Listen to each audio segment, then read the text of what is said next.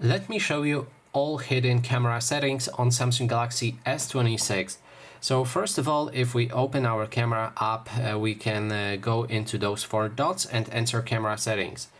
From here, it's obvious there's many different options, but there's one thing that we can do here which might be hidden for someone. So if we click on Camera Assistant, it will first open your Galaxy Store, where you will need to download this plugin.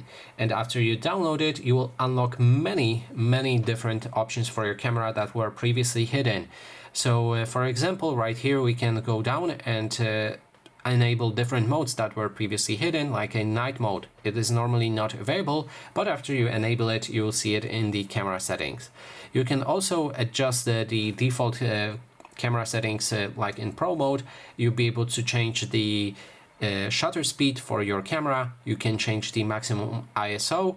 You can also adjust white balance control, unlock white balance control and exposure control for your camera.